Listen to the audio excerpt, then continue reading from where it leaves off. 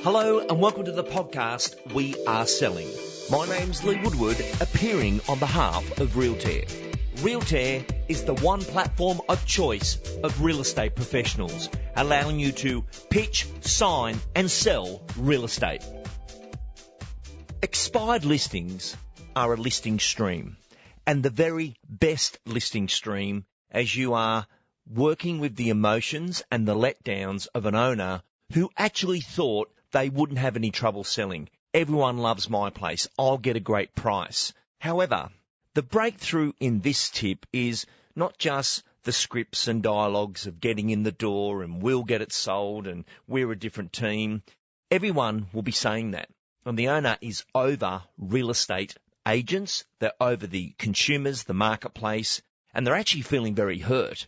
So we've got to understand the psychology of where we are or where the owner is before we take the approach to get that trust, win the business, and we don't just want an expired listing, we want it under the right terms and conditions. So step one is to seek first to understand, however, get to the truth. And what I mean by that is be very careful if the owner blames the agent and you start blaming the agent, yet you could be the next agent being blamed. So don't buy into they did everything wrong and they were no good. Just park all that because it can get you into the wrong space and the wrong conversations. We want a progressive conversation, not a blaming conversation. And when you cash in on the blame of the other agent, and by the way, we don't know the truth. The agent may have said you need to do this, you need to adjust, and the owner didn't want to listen and now they're just blaming. So don't blame the agent, don't buy into that topic. And a great concept actually came from John McGrath when I recorded his approach to expired listings. And he would reach out to the owner and say, "Hi, it's John. I notice your property's been on the market.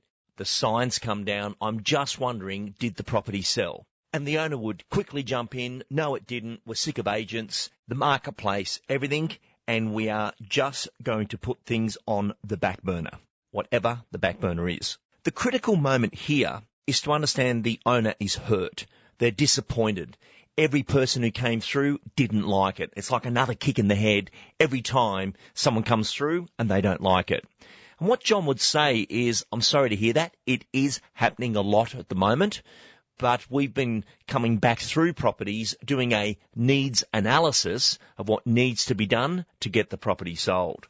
And can I ask you, if I did have a buyer that would buy the property, you could move on your plans, would you release the property to the next person?" And to which the owner would say, "Yes, we would, but we've just had enough." So with this said, and I love the term needs analysis. Needs, what do we need to do to get it right? And then you can even throw in some optional questions there where you say to them, did the property have a rental certificate? No, it didn't. What is that? Well, we've got a lot of people buying now that may not be living in the property straight away. They could be overseas, interstate, but that rental return for their approval has become critical. So one of the first actions I would do is get a rental certificate. The goal, the skill, the tip is to build a progressive plan where the owner feels you've got some different ideas. You're not just relying on realestate.com.au. You have got other people that you could introduce. And it's very important you get that point across. And another way to do that is this. "John and Helen, I've got a lot of buyers who've given up on the marketplace. They've been out there, they've missed out on properties. Properties have been sold without them even being knowing. Although they want to move, they just haven't located the right property, but they're exhausted. And I've got some great relationships where certain buyers aren't looking at the active market anymore, but they will come and see something if I reach out to them because I know exactly what they're after and I would not waste their time."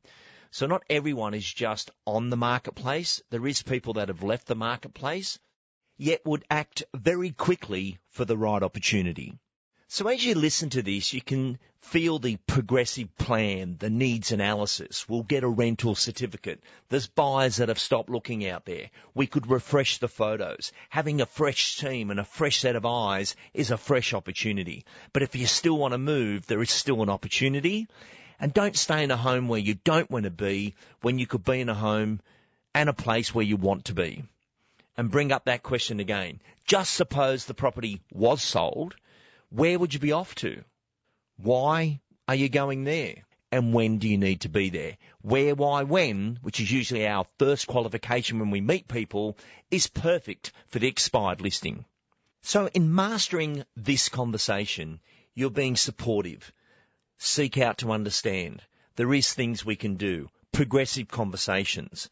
And what you're trying to do here is have the owner feel, by passing it over to you, I've got a brand new chance. And by the way, maybe they didn't use great marketing. Maybe there was some repairs that need to be done to the home. Did anyone get a building report on the property? Now be careful here, because our consumer can be thinking, I'm not spending any more money on marketing, I've got no money left, it didn't do anything.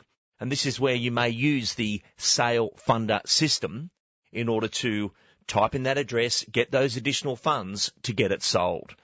Begin with the end in mind, their destination, where they're going, driving on that opportunity. But professional trust is the ultimate goal of expired listings, and having those great conversations and not blaming anybody else within the marketplace. And an additional tool is to maybe send them a report of, these were our last 100 sales. This is where the purchases came from. This was the average age. This is the candidate of person buying in the area right now. And sometimes facts and evidence can be that final little progression that gets you to yes. This tip is such a good process. And don't think of it in isolation as one expiry. This is your expired listings presentation system. And knowing it's a listing stream and getting the rhythm right and having those top 100 sales to go out, having the right conversations, discussing their destinations becomes the brand new second base presentation, different to your first base presentation that you go through. And you'll start to attract these people, and when you see a signboard's gone down, you know the exact sequence of what to do and how to do it. And in this marketplace right now could be some of your greatest sales coming forward. And that concludes our podcast for this week. Next week, we have the incredible Rick Rushton joining us in conversation about influence and communicating through to an owner who may no longer be listening to their agent. Thank you for joining us. My name's Lee Woodward. I look forward to meeting you one day at the Complete Salesperson course.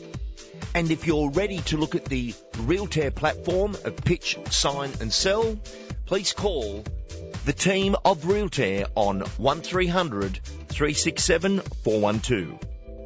Till next week, goodbye.